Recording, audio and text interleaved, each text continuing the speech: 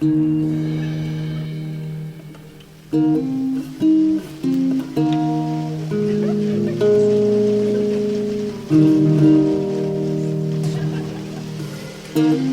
what is a David Palace?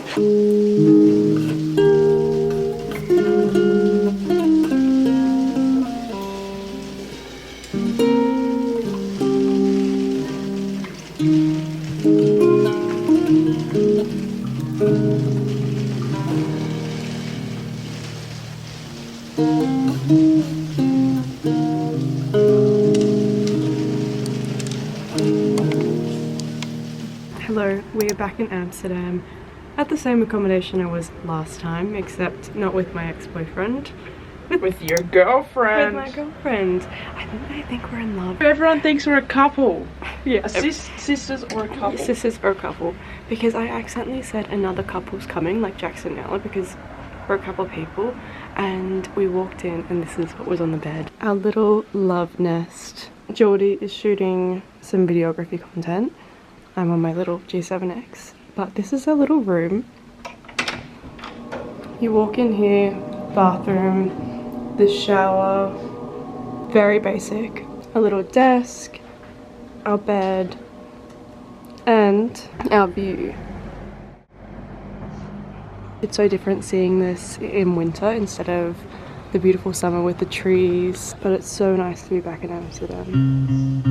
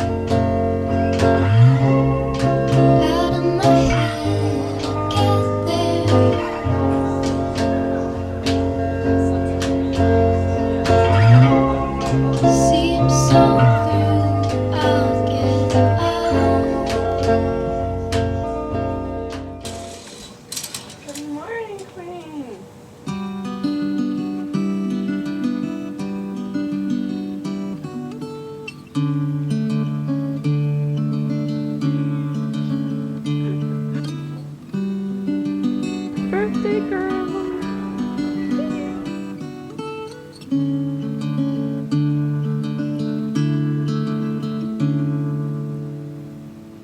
Show me what you're wearing.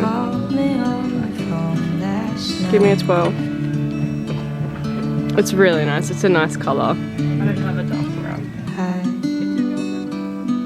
Could tell that something wasn't right.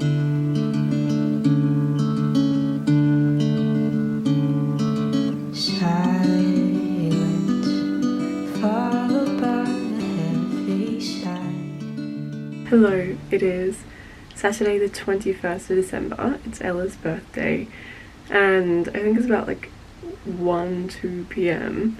We just got home because it's raining. We spent the entire morning outside, went for a shop and walked very far in Amsterdam. We then wanted to go to this sandwich restaurant, but there was this massive line, so we went to some burger shop and then headed back here. But it's pouring outside and you can see that my natural texture is coming through. I haven't vlogged very much because I've been very sick. Pretty much after Tromsø we headed to Stockholm, but booked 24 hours in Lapland to see the Northern Lights, which was great. But on the way home from that I vomited on the first flight, and then I got off the second flight and vomited again, and then the following day survived the whole day in Stockholm. I just pretty much spent the entire day on the couch, and then George and I went for a massive walk, but then I vomited again in the shopping centre, so it was really rough. And then we got here, which I'm really excited about, the fact that we're not really traveling anywhere anytime soon, like in 2 days time, but still we were doing every single day for 3 days. We were doing 2 flights, which to me is crazy. It was just a lot. It was so draining. I think a lot of people don't realize that how draining travel days can be, so it's so important to prioritize a longer stay somewhere. But I'm just excited that we can settle down somewhere for a couple of days, and then we head to Brussels in 2 days time for Christmas. But today I'm feeling a lot better. I woke up for about an hour and had a bloody nose. I've been having heaps of bleeding noses. It's just a lot at the moment. I just have not much energy, and this rain is always kind of, I don't know, it just makes you want to sit down and relax. But I think we're having a bit of a siesta tonight. We're gonna go to some bars and get some dinner. We might do a boat cruise along the canal, which will be really nice because I enjoyed that a lot last time. I feel like I haven't been able to vlog as much because I've just been so sick and distracted, so I'm sorry that a lot of this is going to be B-roll, but we're in Amsterdam and I love it, and I'm so glad to be back.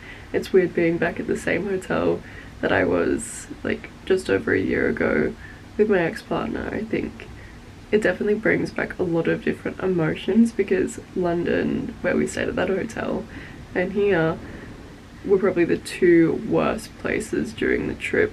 Not like the place, but more so the events that took place and my mental health. So it's definitely weird being back, and it's conflicting, and I don't know, I worked a lot. I worked very hard in therapy prior to coming here to be able to be okay here. So it's good. It feels like exposure therapy, and it's nice to redefine the city in a better light. But I think we're just gonna go chill in Jackson and Ella's room. We're staying in 2 separate rooms and just warm back up before going back out in the cold and the rain. I'm manifesting that it stops raining though. Or is Diva it, things. or is it, is it just a cup? It's not like you wouldn't drink out of it. Diva I've cup. asked Jackson what a diva cup Alright, is. Diva cup. A cup used for diva things. I don't want to. I don't want to incriminate myself here. Has it got something to do with like? Yes! Yes! Alright, I'm gonna say Diva cup has something to do with. I don't know. Something to do with. Something to do with. Yeah. With what? What With happened? I don't know. Diva cup. Siri, what is a Diva cup?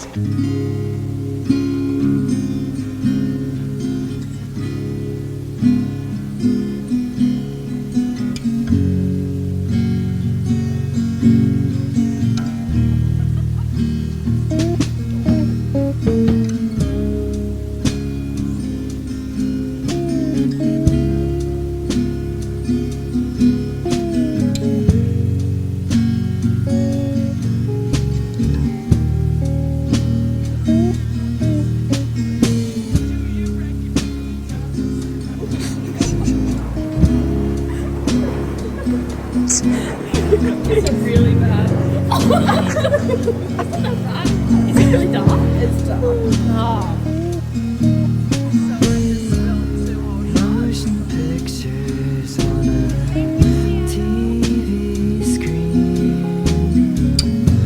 A home away from home. In between.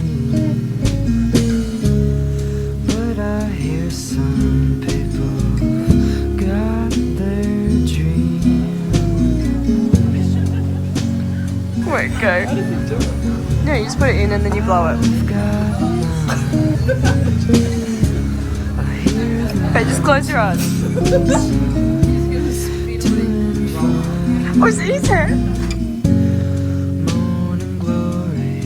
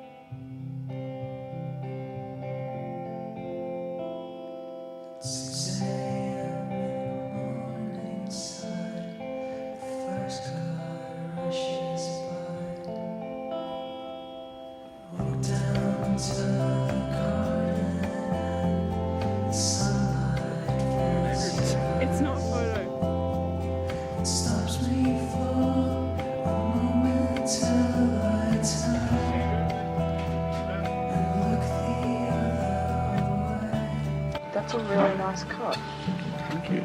My I don't haircut? normally like That's what I said, but it art doesn't. because it doesn't go the whole way to the front. I don't mind it. I like that.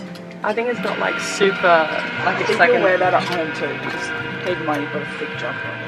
Yeah. Why don't you take your jumper off and try it? Just really.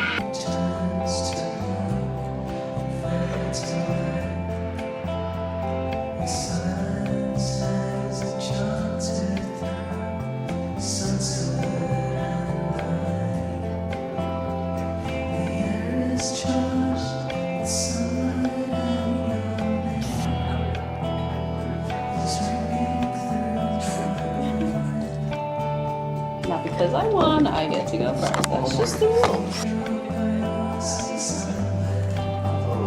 Cunt. Righto.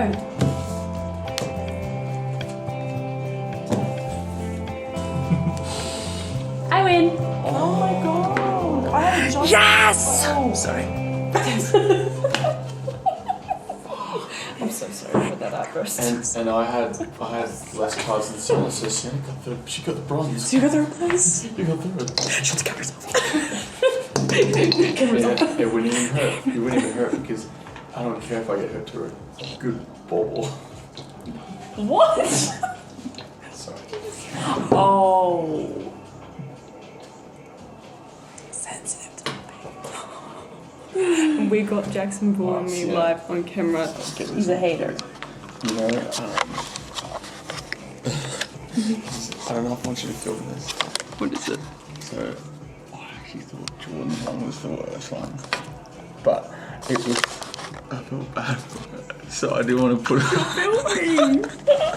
I didn't want to put it last, so then I actually thought yours was third. That's still a slap in the face, obviously. You should just change the story because you had it for so much. No, I actually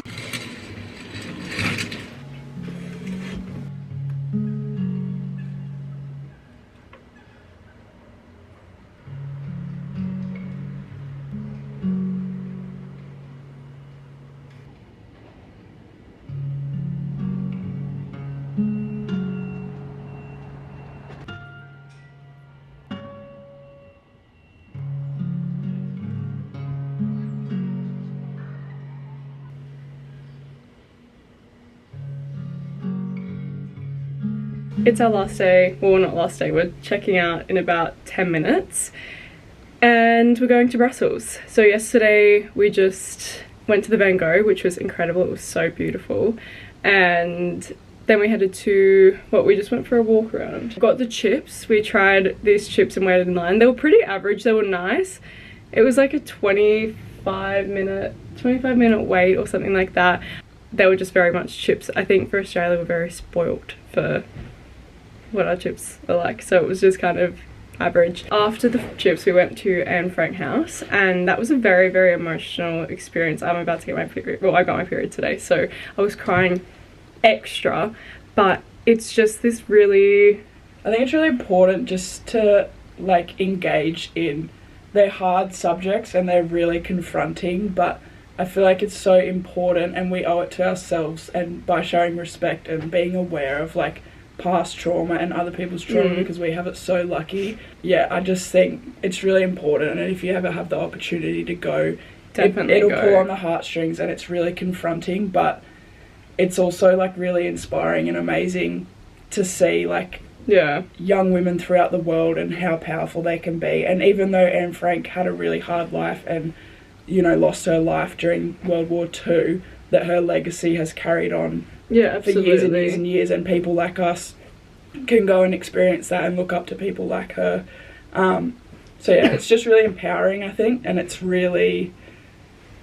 emotional, like Sienna said. It's super emotional. I was bawling my eyes out. I think I felt super emotional as well because just imagining Otto Frank, who was the only survivor. If you're not familiar with the Anne Frank story, you need to look it up. She basically kept a diary. She was so young. She was like, what? I think she was 12. 12 or something like that. Yeah. Kept a diary, but her dad, Otto, 8 of them were hiding in this attic for 2.5 years, and he was the only one that survived. And I think imagining him coming home, not knowing that anyone, if they had survived or they died, for me that was super emotional. And also the fact that this poor girl, like so many others, was robbed of so much life and opportunity, and she had all these dreams, and the fact that they were never able to get fulfilled, I think it humanizes it a bit. I think looking at it from that perspective as well, imagining yourself right now with all of these dreams and not knowing, but so much could change and that could be stripped away from you. And I think it's just this weird